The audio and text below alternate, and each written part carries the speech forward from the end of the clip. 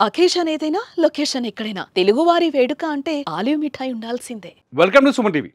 సాధారణంగా నా వెనకాల మీరు ఫోటో చూడగానే మళ్ళీ వచ్చిందిరా జ్యోతి మల్హోత్రా గురించి చెప్తాడు తిరుమల రెడ్డి అనుకోవచ్చు. కానీ జ్యోతి మల్హోత్రా గురించి ఇన్వెస్టిగేషన్లో రోజుకొక కొత్త పాయింట్ బయటకు వస్తుంది.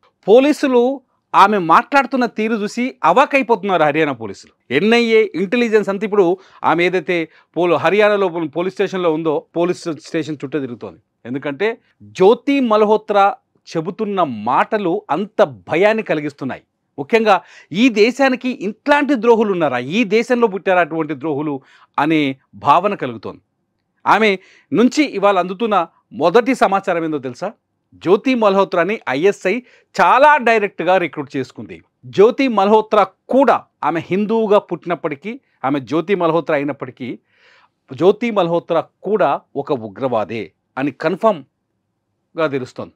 ఎందుకంటే జ్యోతి మల్హోత్రా ఏం చేసేదంటే తెలుసా, రోజు అఠారీ వాఘా బార్డర్ ఉంటుంది కదా, మన అఫీషియల్ ఎంట్రీ కదా భారత్ పాకిస్తాన్కి.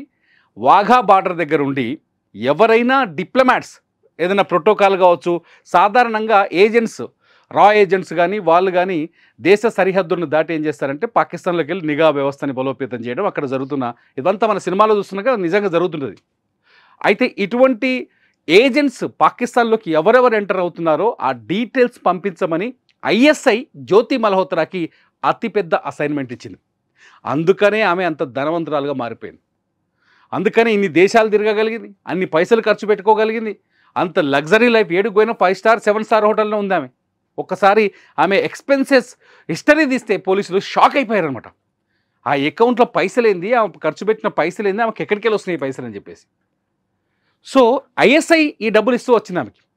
ఐఎస్ఐ ఏం చేసింది, ఎవరైతే అఠారీ వాఘా బార్డర్ ఉందో ఆ బార్డర్ నుంచి బార్డర్కి ముందు వరకు మన ఏజెంట్స్ అయినా కొంత ప్రోటోకాల్తో వస్తారు కదా, ఎవరెవరు ప్రోటోకాల్తో వస్తున్నారో వాళ్ళ డీటెయిల్స్ నాకు ఇవ్వండి అని అప్పచెప్పింది. ఆ చార్ట్ వివరాలు కూడా ఇప్పుడు సోషల్ మీడియాలోకి వచ్చాయి, పోలీసులు రిలీజ్ చేశారు బయటికి, హర్యానా పోలీసులు. ఆ చార్ట్ వివరాలు చూస్తే మీకు అర్థమవుతాయి.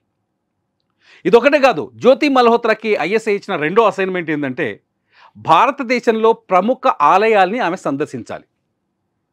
ఆలయాల్ని సందర్శించి ఆ ఆలయాల్లోకి సంబంధించిన 360 డిగ్రీస్ వీడియోస్ రికార్డ్ చేయాలి, వాటి సమాచారాన్ని తెలుసుకోవాలి, అక్కడ సెక్యూరిటీ వ్యవస్థల గురించి తెలుసుకోవాలి. ఆ డేటా అంతా ఐఎస్ఐ అందిస్తే ఐఎస్ఐ దాన్ని దగ్గర పెట్టుకొని భారత్పై దాడికి కుట్ర చేస్తుంది, లేకపోతే ఆలయాలపైన దాడికి కుట్రేస్తుంది. ముఖ్యంగా హిందూ ఆలయాలని టార్గెట్ చేసి జ్యోతి మల్హోత్రాని హిందూ ఆలయాలని విజిట్ చేసే విధంగా ఒక కొత్త ప్లాన్ గీసింది ఐఎస్ఐ అనేది ఇవాళ ఆమె విచారణలో బయటపడుతున్న విషయం. ఎంత ప్రమాదకరం చూడండి. మూడో టాస్క్ ఏంటంటే జ్యోతి మల్హోత్రాకి తనలాగా ఎవరైతే యూట్యూబర్స్ ఉంటారో, ట్రావెలర్స్ ఉంటారో, ట్రావెలింగ్ వీడియోలు చేసే యూట్యూబర్స్ ఉంటారో వాళ్ళని వెతికి పట్టుకొని వాళ్ళని ఈ ముసుగులోకి లాగడం. అంటే ఐఎస్ఐకి పరిచయం చేసి వాళ్ళకి డబ్బులు ఇప్పించి వాళ్ళ ద్వారా డబ్బులు ఇచ్చి రిక్రూట్ చేయటం, అంటే ఇంకొక గూఢాచారిని రిక్రూట్ చేయటం జ్యోతి మల్హోత్రాకి ఇచ్చిన మూడో అసైన్మెంట్. అంటే ఫస్ట్ అటారీ బార్డర్ నుంచి ఎవడెవడు వస్తున్నాడో ఏజెంట్స్ గుర్తించడం, రెండోది వచ్చేసి టెంపుల్స్, ఇండియాలో ఉన్న హిందూ టెంపుల్స్ని, ప్రముఖమైన హిందూ టెంపుల్స్ని ఐడెంటిఫై చేయడం, మూడోది వచ్చేసి యూట్యూబర్స్ కానీ లేకపోతే ఇన్ఫ్లుయెన్సర్స్ కానీ వీళ్ళని రిక్రూట్ చేయటం ఐఎస్ఐకి. పాకిస్తాన్ నేరుగా యుద్ధం చేయదు, అదే జరుగుతుందిరా. పాకిస్తాన్ దొంగ యుద్ధమే చేస్తుంది, అదే చేస్తుంది. ఏం చేసింది నిజంగా ఇప్పటికూ ఎన్ఐఏ కానీ లేకపోతే మన ఇంటెలిజెన్స్ కానీ చాలా స్పష్టంగా చెప్తుంది. ఎప్పుడైతే జ్యోతి మల్హోత్రా పహల్గాం వెళ్ళి ఆ వీడియోలు రికార్డ్ చేసిన తర్వాత పాకిస్తాన్ కూడా వెళ్ళింది. పహల్గాం వీడియోస్ రికార్డ్ చేసిన తర్వాత పాకిస్తాన్కి వెళ్ళింది, అక్కడ ఐఎస్ఐ వాళ్ళతో మాట్లాడింది అధికారికంగా. అంతేకాదు ఐఎస్ఐ ఏజెంట్స్తో ఆమె టచ్లో ఉన్న వాట్సాప్ చాట్ డీటెయిల్స్ కూడా బయటకు వచ్చేసాయి. అంటే జ్యోతి మల్హోత్రా ఎంత ప్రమాదకరంగా మారిందో చూడండి. నేను అనుకున్న ఒక స్టోరీలో నేను చెప్పాను, జ్యోతి మల్హోత్రా ఎవరైతే ఈమె టెర్రరిస్టులకు సపోర్ట్ చేసింది, గూఢచర్యం చేసిందో వెళ్ళిపోయిందో, ఇక దేశంలో ఉన్న మిగతా ఇన్ఫ్లుయెన్సర్లు అందరినీ ఇవాళ విచారించాల్సిన పరిస్థితి ఏర్పడుతుంది. వాళ్ళు సమాజం కోసం చేయొచ్చు, ప్యాషన్తో పనిచేయచ్చు, ఇంట్రెస్ట్గా పనిచేయచ్చు, అయినప్పటికీ కూడా వీళ్ళు ఏం చేస్తున్నారు అనేది ఎంక్వైరీ చేయాల్సిన పరిస్థితి ఏర్పడింది. ఇవాళ సోషల్ మీడియాలో పుట్టగొడుగు లాంటి ఛానల్స్ ఉన్నాయి. వీళ్ళందరూ ఏం చేస్తున్నారు బయటకు వెళ్ళి వీడియోలు చేస్తున్నారు, లేకపోతే ఇటువంటి ఉగ్రవాద కార్యకలాపాలకు పాల్పడుతున్నారు. ఈ మధ్యలో మనమే చూసాం బెట్టింగ్ యాప్స్, ఈ దేశాన్ని సమాజాన్ని నాశనం చేసే బెట్టింగ్ యాప్స్లో మన సెలబ్రిటీలు కూడా ఉండి తగలడ్డారు. అలా వాళ్ళు కూడా ప్రమోట్ చేస్తూ వచ్చారు. వీళ్ళంతా సమాజ ద్రోహులు.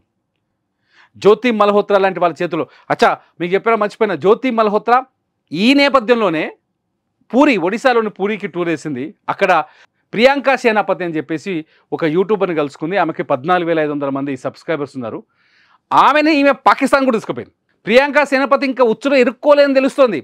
అక్కడ ఇన్వెస్టిగేషన్ నడుస్తుంది, ఇంకా అప్డేట్ రావాలి.